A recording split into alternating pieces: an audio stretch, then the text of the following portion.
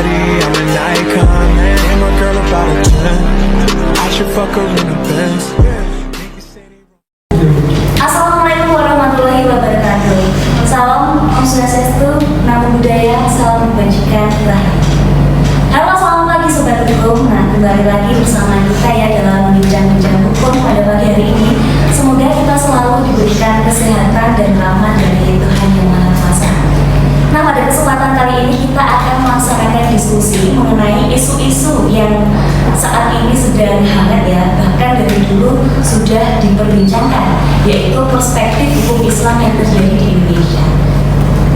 Pada kesempatan kali ini, saya Lea sebagai moderator akan memandu pelaksanaan acara diskusi bersama kali ini. Dan yang saat ini pula terdapat beberapa narasumber hebat kita dari berbagai mahasiswa ya, dari kalangan semester 2, semester 4, bahkan di semester 6. Dan kita sapa dulu narasumber pertama kita, ada Kak Dia. Ya, halo. Ada juga narasumber kedua dari Kak Raffi. Halo Kak Raffi. Narasumber ketiga yaitu Kak Diana. Halo Kak Diana. Dan narasumber kita yang keempat yaitu Kak Rio. Selamat pagi Kak Rio. Oke. Baiklah, sebelum memulai perbincangan di pagi hari ini, kita awali dengan bacaan basmalah. Bismillahirrahmanirrahim. Pada pengenalan isu perspektif kali ini, banyak sekali ya hal-hal yang pro maupun kontra dari berbagai pandangan atau sudut pandang yang terjadi dari mereka masing-masing. Tidak banyak seringkali menjadi problem pada saat ini mana yang benar ataupun mana yang salah. Tapi kita tidak akan mencari alasan yang benar maupun yang salah, melainkan kita akan saling mendiskusikan itu secara bersama-sama atau kita saling bertukar pikiran dari perspektif mereka masing-masing. Oke, pertama-tama pertanyaan kita akan ditujukan kepada narasumber pertama kita, yaitu Kak Dia. Selamat pagi Kak Dia. Pagi. Oke, gimana kabarnya pada pagi hari ini? Alhamdulillah baik ya. Siap saya kasih pertanyaan ya. Langsung saja ke pertanyaannya ya, yaitu apa sih pendapat dari Kak Dia mengenai perspektif hukum Islam maupun hukum yang berlaku di Indonesia dari dulu sampai sekarang? Oke, sebelumnya Assalamualaikum warahmatullahi wabarakatuh.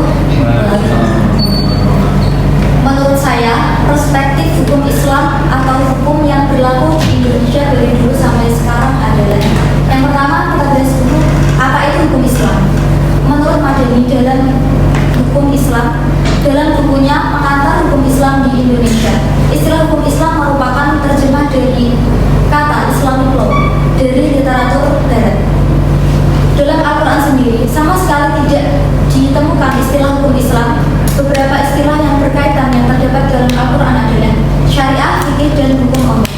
Sedangkan secara terminologis, bagaimana dikutip dari Rohidin dalam Pengantar Hukum Islam dari Semenanjung Arabia sampai Indonesia, syariah diartikan sebagai tata aturan atau hukum-hukum yang disyariatkan oleh Allah kepada makhluknya untuk diikuti. Kemudian Ahmad Hanafi dalam Pengantar dan Sejarah Hukum Islam mendefinisikan syariah sebagai hukum-hukum yang diadakan oleh Tuhan untuk hamba-hambanya yang dibawa oleh seorang nabi, baik hukum tersebut berhubungan dengan cara mengadakan perbuatan, yaitu yang disebut hukum-hukum cabang dan amalan, atau yang berhubungan dengan cara mengadakan kepercayaan atau i'tiqad, yaitu yang disebut dengan hukum pokok dan kepercayaan. Maka dapat ditarik kesimpulan bahwa hukum Islam atau syariah merupakan kaidah aturan hukum yang berasal dari Allah kepada manusia. Sedangkan hukum yang berlaku di Indonesia dari dulu sampai sekarang adalah: dari dulu Indonesia menganut hukum Belanda karena untuk mengisi kekosongan hukum yang ada setelah proklamasi kemerdekaan 17 Agustus 1945, karena banyak ahli hukum di Indonesia yang saat itu mempelajari hukum dari Belanda, sehingga telah fasih dalam penggunaan hukum Belanda. Namun saat ini nilai-nilai ajaran Islam banyak diadopsi dari penerapan hukum di Indonesia. Beberapa peraturan perundang-undangan di Indonesia diantaranya Undang-Undang Perbankan Syariah, Undang-Undang Wakaf, dan Undang-Undang Zakat bersumber dari ajaran Islam. Ini membuktikan bahwa ajaran Islam menjadi salah satu pedoman dalam penerapan hukum di Indonesia saat ini. Terima kasih. Oke, ini dengan pertanyaan lanjutan ya Kak Dia. Lalu, jika seandainya ada perkara di persidangan yang dimana pelaku kejahatan atau dalam artian menyebarkan ujaran kebencian, penyebar ujaran kebencian tersebut menentang atau mengajukan pertanyaan ke majelis hakim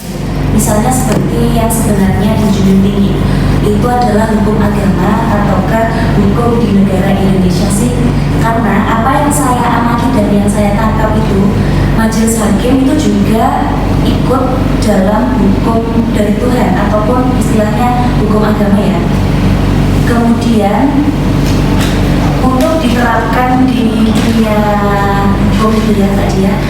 Kemudian juga masa sih kalau emang benar hukum agama itu di bawah hukum negara atau konsepnya seperti bagaimana? Dan jadi dari contoh permasalahan ini bagaimana menurut pandangan dari Kak Diah tentang apa yang saya ucapkan? Oke, hukum Islam di Indonesia sebelumnya kita bahas peranan hukum Islam dalam hukum nasional atau hukum negara. Dapat dilihat dari dua sisi, yaitu yang pertama dari sisi hukum Islam sebagai salah satu sumber pembentukan hukum nasional, dan kedua dari sisi diangkatnya hukum Islam sebagai hukum positif yang berlaku secara khusus dalam bidang hukum tertentu. Sedangkan Indonesia adalah negara yang menganut sistem hukum campuran dengan sistem hukum utama, yaitu sistem hukum Eropa kontinental. Di Indonesia juga berlaku sistem hukum adat dan sistem hukum agama, khususnya syariah Islam. Jadi di Indonesia itu tidak bisa diterapkan sistem hukum Islam sepenuhnya, meskipun negara kita mayoritas beragama Islam. Karena Indonesia bukan negara agama dan tidak menjadikan agama sebagai landasan ideologi negara.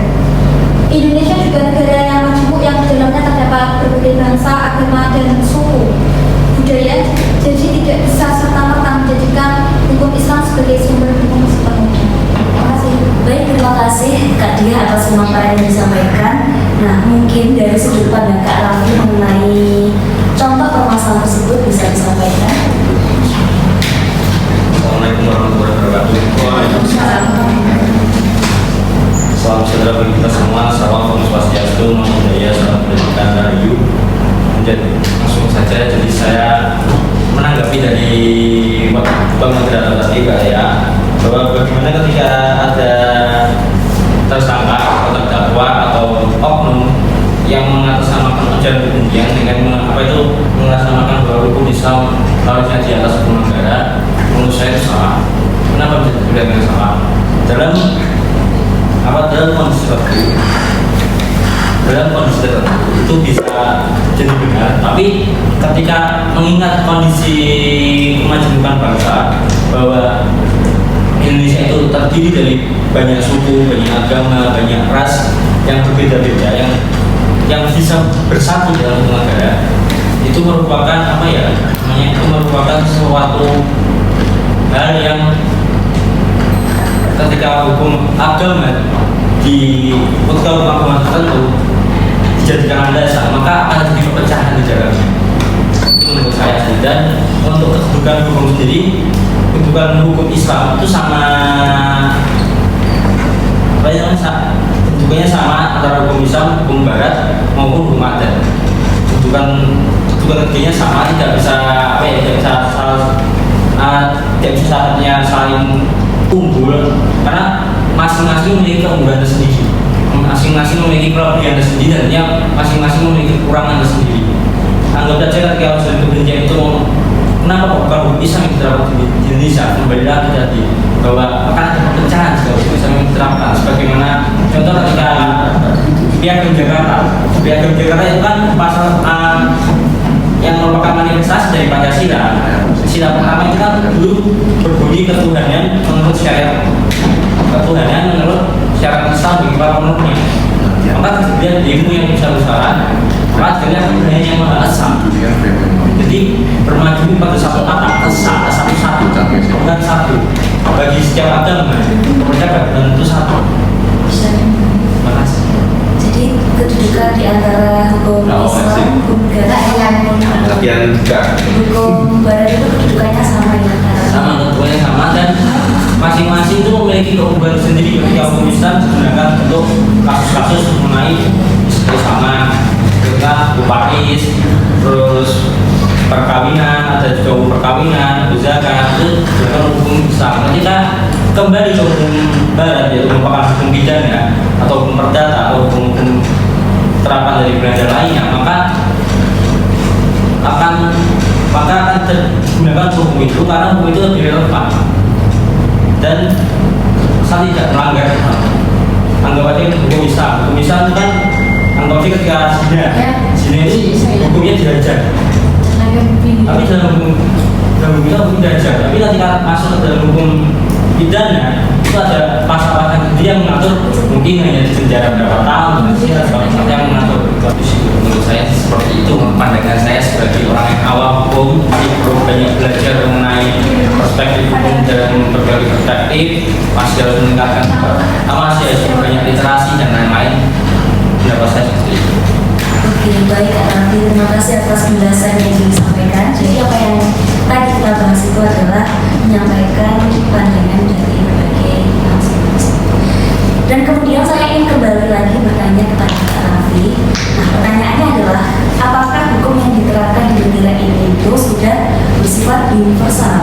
Karena di negara ini itu begitu banyak ya suku, ras, agama maupun budaya yang majemuk itu menjadi satu. Nah, apakah bisa hukum tersebut mengatur begitu banyak keanekaragaman Indonesia? Silahkan Mas Raffi. Menurut saya sikap universal secara teorinya sudah, tapi secara praktiknya kadang ada beberapa oknum yang memperlakukan hukum itu tidak sebagaimana aturan yang asli. Jadi menurut saya hukum itu sudah mengatur tentang hukum pidana. Hukum pidana sudah ada untuk semua lapisan masyarakat, lapisan masyarakat keseluruhan dari semua agama itu sudah diatur dalam hukum pidana. Ketika hukum pidana itu dalam hukum kita sama rata, tidak ada kedudukan yang istimewa, bahkan menurut orang-orang yang kepokan itu juga tidak ada kedudukan istimewa. Ketika mereka melakukan kesalahan itu mereka juga harus dihukum sesuai dengan kaidahnya, dengan koridornya, sesuai dengan ketentuan yang berlaku dalam undang-undang. Jadi kembali jadi seperti yang saya sampaikan tadi, itu sudah universal secara teori. Ini saja secara praktiknya mungkin perlu adanya pengawasan dari masyarakat atau pihak-pihak terkait supaya hukum itu menjadi lebih adil, lebih progresif dan dapat mengayomi masyarakat. Baik, jadi apa yang tadi disampaikan oleh Kak Raffi itu mengenai hukum yang terjadi di negara ini itu begitu baik ya, sehingga bisa merangkul begitu banyaknya keanekaragaman walaupun banyak perbedaan yang ada. Nah, lalu seandainya ada hukum di suatu daerah bahwa hukum adat di sana menyelenggarakan kebiasaan ataupun tradisi yang ekstrim, misalnya di daerah Maluku, yaitu suku Nauru. Nah, itu nantinya bagaimana pendapatnya Kak Raffi? Karena itu pun juga bertentangan antara hukum adat dengan hukum negara. Seperti yang saya sampaikan di awal tadi, bahwa hukum adat yang sama dengan hukum negara itu bisa. Kalau saya pribadi hormati adat yang ada, meskipun tersangka ini kok salah ya menurut kita ya, tapi kasusnya seperti kita hormati aja, jangan malah tentang ya lewat majelis adat. Jadi kita kita membuat petisi atau memprotes kepada kepala adat atau kepala desa atau yang di seperti ada presiden di beberapa Indonesia kan, seperti yang Toraja yang akhirnya mereka tidur sama orang yang sudah mati, melalui yang sudah meninggal dunia, sudah belum wafat, itu ya sama menurut di desa itu sah-sah saja kan, kalau bukan hukum negara dan hukum itu sama. Jadi tidak bisa dicampurkan antara hukum adat dan hukum, kecuali ada beberapa pihak yang membuktikan, dan itu pun harus melalui proses pengadilan juga untuk membuktikan. Nanti yang membuktikan itu saat ini pengadilan. Dan proses peradilan terkait, kita nggak bisa menyimpulkan ini salah atau benar. Nanti yang karena gara-gara hukum, jadi yang bisa disimpulkan itu adalah melalui peradilan. Nanti biar hakim yang menyimpulkan bahwa ini benar atau salah. Baik, terima kasih atas penyampaiannya yang disampaikan oleh Kak Raffi. Nah, kita beralih ke pendapat dari narasumber kita yang saat ini ya. Halo Kak Fiona, selamat pagi. Kita langsung saja ya dari pertanyaan. Nah, pertanyaan ini, bagaimana sih pandangan mengenai hukum di Indonesia yang berlaku saat ini? Selamat pagi semuanya. Kalau menjawab dari hal tersebut, menurut pandangan saya, keadaan hukum di Indonesia saat ini, kalau secara teorinya emang hukum di Indonesia itu sudah mengatur secara universal. Tapi secara keadaan yang ada, ya mungkin dari sudut pandang saya atau dari sudut pandang yang ya masyarakat luas sudah bisa melihat ya,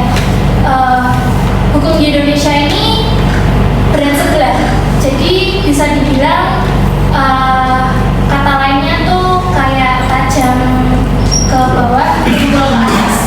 Ya, jadi banyak sih yang terjadi di Indonesia ini yang bisa dijadiin contoh dari hal tersebut. Karena tuh kayak kasus yang ada di kasusnya Edi Prabowo yang tentang penerimaan suap itu, yang dia seharusnya menerima sanksi dari pelanggarannya itu selama 9 tahun penjara kalau nggak salah, itu bisa diringankan menjadi cuma 5 tahun. Itu sebenarnya kalau dilihat dari yang ada itu kan memang harusnya sebab akibatnya dilihat dulu.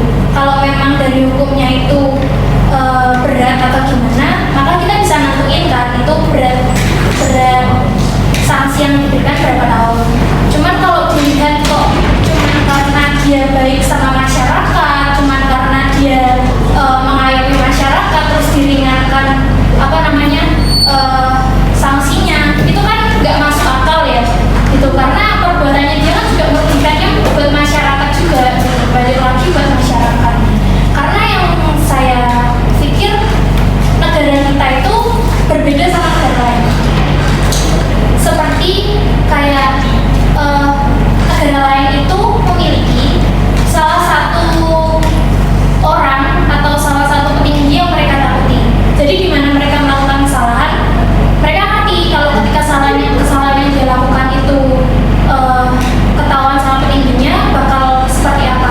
Beda sama negara kita. Bahkan sama Tuhan aja negara kita nggak takut.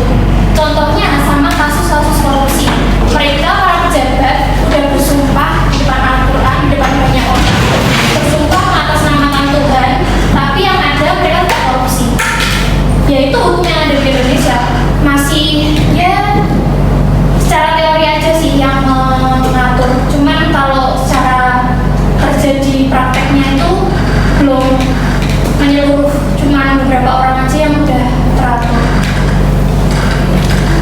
Jadi gitu ya penyampaian yang disampaikan oleh Kak Fiona, bahwasanya hukum di negara kita itu berbobot sebelah, dalam artian hukum tumpul ke atas tajam ke bawah. Terima kasih oleh Kak Fiona atas penyampaian yang disampaikan, dan kita kembali lagi ke narasumber kita yang keempat, yaitu Kak Boy. Halo, selamat pagi Kak Boy. Selamat pagi. Kak Teo ya? Kak Teo. Nah, dengan pertanyaan yang sama seperti Kak Fiona, pertanyaan ini bagaimana sih menurut Kak Boy ya mengenai pandangan hukum di Indonesia yang sedang berlaku sekarang? Baik. Saya akan menanggapi bahwa menurut pandangan saya, hukum di Indonesia ini menurut saya sangat buruk. Ya, saya mengatakan hal tersebut karena ada beberapa kejanggalan daripada pasal-pasal dan ayat-ayat yang ada di hukum di Indonesia. Karena kita ketahui bahwa tujuan hukum di Indonesia adalah ketika kita melakukan kesalahan atau salah satu pembenaran yang kita langgar, kita akan dikasih hukuman yang mungkin berselisih tentang agama. Ya, karena dulu di mana kita ketahui dulu bahwa pulau di Indonesia ini ada 17.000 lebih. Itu pada tahun 2021 11.000 ada, dan ada pulau yang bertambah sekitar 229.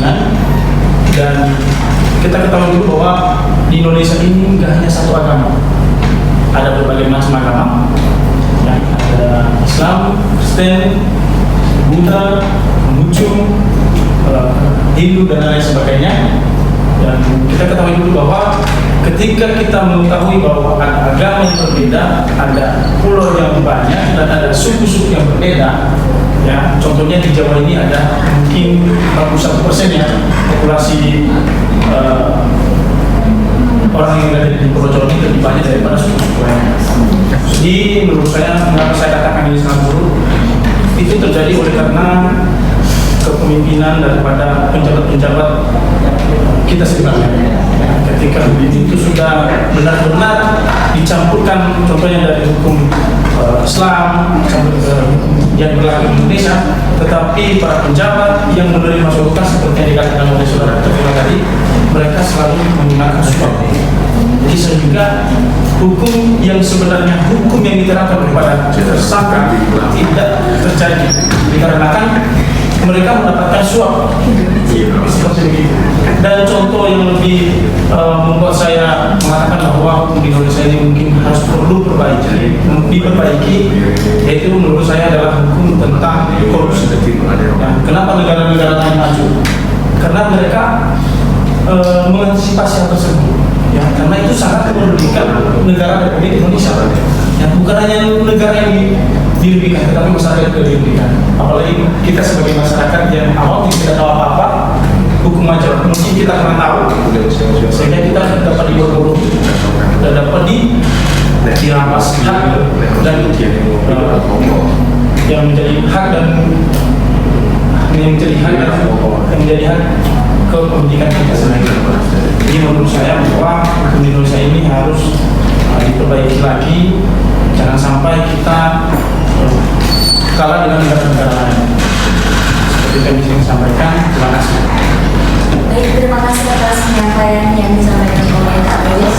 Oke, dari beberapa penjelasan dari narasumber yang sudah disampaikan ya, kesimpulan yang bisa saya ambil sebagai moderator adalah apapun perbedaan kita mulai dari agama, suku bangsa, ras, budaya maupun bahasa, jangan sampai dijadikan sebagai perpecahan atau jangan sampai kita saling mengunggulkan dari salah satu tersebut.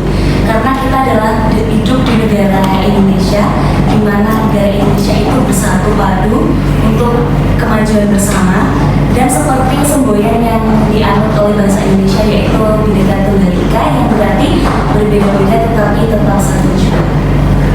Oke, kita sudahi ya perbincangan pada pagi hari ini, dan semoga materi yang disampaikan oleh beberapa narasumber kita kali ini bisa diterima oleh kawan-kawan semua dan bisa dijadikan sebagai pembelajaran bagi kita bangsa Indonesia, bahwasanya kita harus hidup rukun bersatu padu. Terima kasih ya apabila terdapat salah kata mungkin yang terucapkan dari saya maupun dari beberapa narasumber kita. Saya mohon maaf yang sebesar-besarnya. Terima kasih. Wassalamualaikum warahmatullahi wabarakatuh.